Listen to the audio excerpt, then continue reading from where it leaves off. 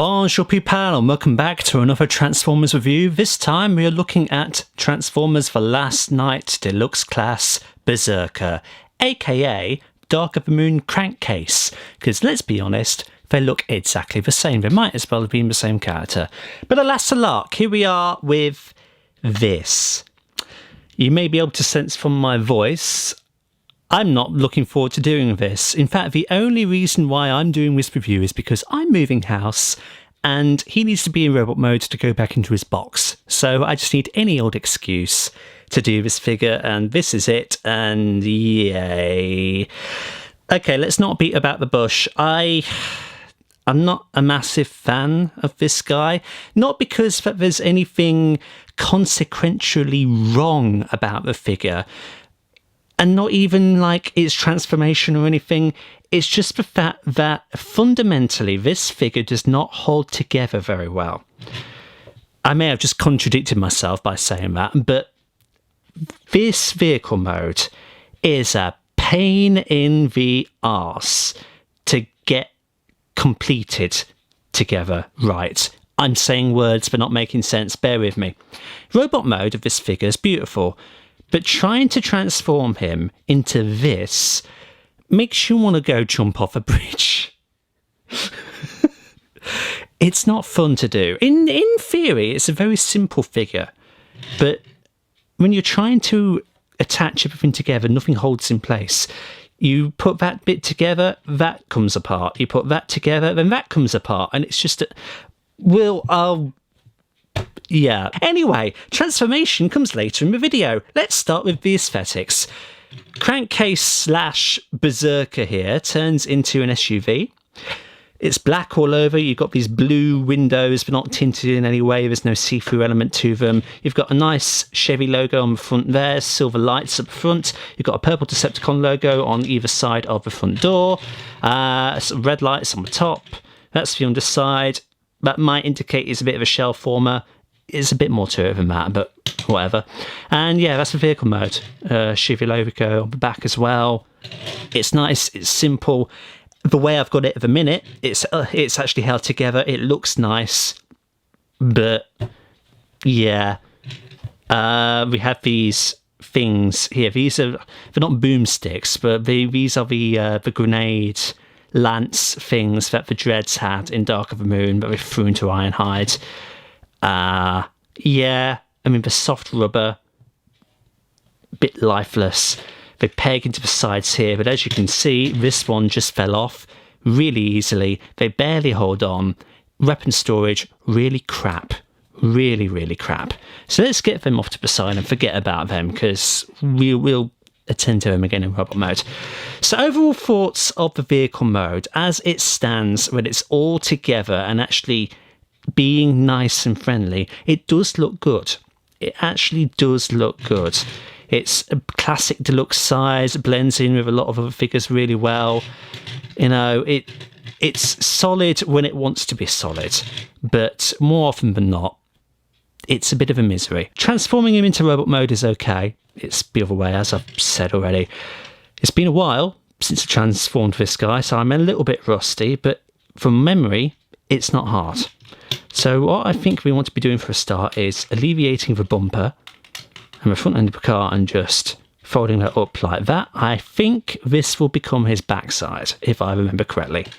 You want to come to the... let's see. I want to say the back.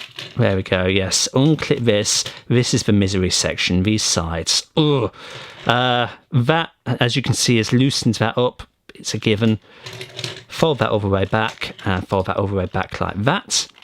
And then this is all just going to hinge up a little bit. Just wiggle everything out so you've got clearance. This has just popped up. So fold that all the way back, and you can fold that back like that. And then hoist that up a little bit more, and that just fell off of its own accord. What on earth was that? That was a door. Oh, it's attached to his arm. Okay. Here's his arm, it's hidden inside, and there is a gap there. I think it's like I say, it's been a while. We'll come back to it. Let's get that out. Let's go up a little bit on the camera. Okay, we're going to bring the legs down like that. you can kind of see how it's all starting to come together. On this hinge at the hips, you want to just pull it back as far as it will go, and then up the upper leg, twist like that and twist like that. On the foot, you want to be bringing it like that. There is a heel spur that you can fold out there, fold that, bring out the heel. Just like the Decepticons of the films, he's got chicken legs, so you want to position his legs something like that. Coming up here, let's have a look. We want to bring that forward a bit more for a start, and then we're going to spread the arms out just like that, and we're going to fold this all the way back. Then we want to put the arms that way around, so these black spikes on the back, we can rotate the spikes up just like that, and then come to the arms, fold that out. No, or it just fell off, of course it did. Fold out the hand just like this. You can see this gappage there, that's where those car bits will go back on. We'll attend to them last, just because I'm struggling to remember exactly what we do. Fold that back all the way, so it's half behind the front of the car and half over. This bit, it looks like it wants to fold up. How it folds up, I forget. Like that, okay. Okay, right. There are a couple of tabs there, and there's a couple of slots on there. So you just want to plug that in as best you can, then fold that back over. Fold everything nice and neat and flush. I think that's it. Again, it's been a while. Let's get him like that. Let's get him, ooh, that came undone. Repositioned, make sure the head's looking straight. Have him sort of, oh dear, like that. And then come back to these. I don't remember what was on what arm. This is on this one, okay. So we're going to plug this right back in. There's a couple of prongs on this bit that's attached to a big slot on his forearm. Wrap it around his arm like that. That looks correct.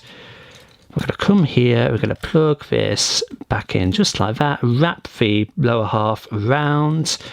And lo and behold, I think that is Berserker, Crankcase, whatever you want to call him, done. And in a decent looking robot mode. Again, this isn't where the figure falls apart, even though he, a lot of stuff falls off him. I'm struggling to stand him a little bit. He doesn't want to stand. He doesn't want to stand for some reason. Bear with. Is it because I've said mean things about you? So there you go, that's Berserker in robot mode. He doesn't want to stand up very well at all. His feet are crap. There's a lot about him that's crap. Aesthetically and visually, the robot mode looks really nice, and it is actually a step up from the Dark of the Moon crankcase. It wasn't movie accurate, it looked a bit janky in a few places. It was a solid figure, mind you, but arguably this guy is an improvement, at least visually. You know, if we zoom in and have a look at his detail, there's his Predator face in all of its glory. Very nicely detailed. There is some very slight silver paint, I think, on his face. There's some red paint on his chest. That's a big X. Some bleeding red on his arms. That's just car kibble on the front there. But then again, a lot of him is this dull grey. I mean, it's movie accurate at least. The dreads didn't exactly pop in terms of colour, but in terms of detail, he is very good. Like I said, his head and his treadlocks there are very nice. His chest, the ribcage effect looks really good. You can see on his forearms, it looks like muscle. It's good. It looks good. He just can't stand up very well, and it was a bit of a struggle to get him held up like this. Not going to lie. So yeah, it's a nice little robot mode visually. There is a lot of car crap on his back, and that's a bit disappointing, but at least it's compressed fairly well and it doesn't stick out, so it's not too hideous of a backpack, thankfully. But yeah, good looking robot mode overall. In terms of articulation, his head is on a ball joint, so it can do a complete 360 degrees rotation like that. It's also got a hinge up and down like that. That's really for transformation, but it gives him kind of like a chicken kind of thing going on. Ball joint at the shoulder, so 360 rotation. Can move his arm up that far like that. You've got a very good 90-degree bend at the elbow. Wrist articulation is a little bit of up and down, but that is for transformation more than anything else. He has a quote-unquote ab crunch, except it is more at the waist, and it is a transformation hinge as well, so it's not really proper articulation. In terms of the spread, only that far. He can kick up that far, so that's good. He can kick back that far, so that's good. He's got a couple of hinges at the knee and then there for the chicken leg thing, but he has a good 90-degree bend, so that's all right. No rotation at the ankle or anything, but he does have a rotation at the upper leg, and that is a 360 degrees rotation. He has a heel, it can fold up and out for transformation, and actually, there we go, he's standing really nicely. Rarity. So in terms of general articulation, it is good. He is good, yes. Looking at the accessory quickly, remember this. He can hold it just like that. Plugs in fairly securely. Yeah, whatever. I mean, you could easily lose these, I suppose. It's a thing you can do. There doesn't appear to be any other storage that I can see. So, I mean, in theory, you could plug them in like that if you want to recreate that moment from Dark of the Moon, but whatever. Cheap. For a quick size comparison, here's, I almost called him Crankcase then. Here is Berserker against Studio Series Bumblebee RC. So you can see how they look together. Here he is next to Avenger Befallen Breakaway for comparison. And here he is next to fellow Last Night figure Voyager class Megatron. Right, I'm going to attempt to transform this guy back into vehicle mode. Now, excuse the fan in the background. It's really hot in here, so I need some cool air. This is why I do not like this figure. This entire process of trying to turn him back into an SUV makes me want to do something nasty. So wish me luck. Here we go. Right, again, I've not looked at the instructions. I'm just going off memory and just trying to reverse everything I did earlier in this video. So we want to move those panels like that.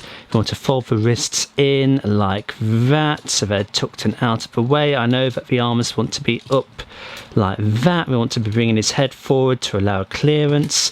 I want to undo his backpack. Unfold that, unfold all of that, take that out like that, keep that unfolded, stretch out basically the entire shell. He is a bit of a shell former. Then we want to fold the heels, twist the legs like that, straighten everything here. It's already coming together. We want to bend him at the waist. Then seal his butt up, I think. I don't know for sure. Let's just keep it out. Right, here we go. So that's already fallen off, and it's fallen on the floor as well. Oh, it's begun, folks. It's begun. Right. So we want to get these all the way back like that and straight, I do believe. They don't peg in together. This is a pet peeve about this figure. The arms do not peg in anywhere apart from the sides, and when we clip from that, then they've got nothing holding them in place, and we just go everywhere. They could have put easily a tab on the inside of these arms, or heck, even on the wrists. Redesign the wrists, Hasbro. It doesn't fold together. It's already a mess. I'm already actually not liking this at all, especially because I'm half a mile away from the table because of this camera. Right, so we've attached the back. That's a bit of progress, but it's progress that will become undone almost immediately. Let's get these panels just flared out a little bit. Right, so somehow I want to tab those in just like that, which is helping us get the basic shape of this vehicle, except now that I've plugged that foot in, the back panels have now come undone, which is to be expected. So I just need to squeeze that in, and it's a lot of squeezing. There's a lot of squeezing with this figure. Right, so plug the front in. To all intents and purposes, the only thing now is these panels. And maybe because I've had this guy in vehicle mode for literal years, it's actually going to behave. And holy crap, I think it's, well, so that's not plugging in correctly. I remember these were a bit of a misery. And now that's unclipped the back, and that foot isn't in properly, and that's unclipped the back again. And that foot is still not looking like it's incorrect. That doesn't look normal, does it? That doesn't look right. But part of me is thinking it is right, just because of the bare nature of the vehicle. I mean, it's rolling. Have I done it? Have I hyped up this guy's pain-inducing transformation sequence a bit too much? Maybe. I think the catalyst for everything not clipping in correctly is this specific panel here. You can see it doesn't want to plug in. Now, at the start of this vehicle, amazingly, I had it in place, but I've had this guy in vehicle mode on my shelf for literally years, and I have not transformed him in literally years. Probably since the last time I moved house. Okay. Well, you can see it's still not doing it. And then I've just unplugged the back again, because of course I have, and all of that. There we go. Right. Plug in. Stay plugged in. It's just not wanting to do it. There is a tab right there, and you can see the slot right there, and it just doesn't want to play ball at all. And I'm already unplugging everything else, and it's just not lining up. It's just not lining up in the slightest. I'm trying to pull the wheel out as well, just in an attempt. Okay, so there we go, we got it. So maybe I've exaggerated it slightly, but when I first got this figure, it was a pain in the arse. I made the mistake of not looking at the... Well, no, actually, I think I did look at the instructions. I did.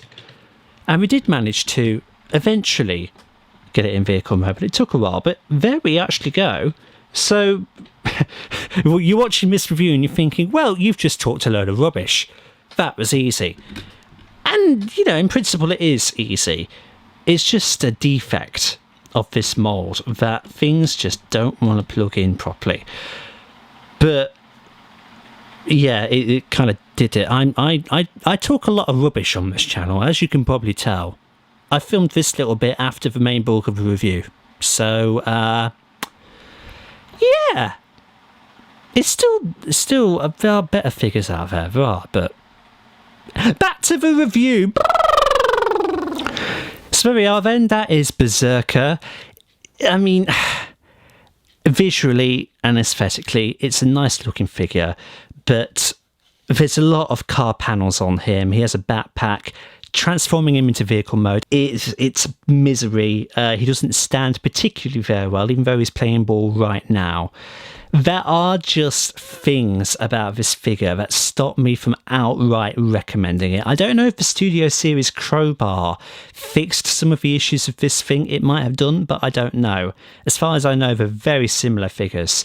But Berserker, it's okay, but it's not like a top pick for figure for me. I would happily... I'm sorry, Berserker. I know you're right in front of me, but I'm going to say it to your face. I would happily go without you. You're not the best at all. There's a lot of things that just leave a lot to be desired about this figure. Articulation's good. Design is good. But the way it translates into an actual working action figure transformation, it's just... it leaves a little bit of a bad taste in the mouth. So I wouldn't recommend him. I would say pass.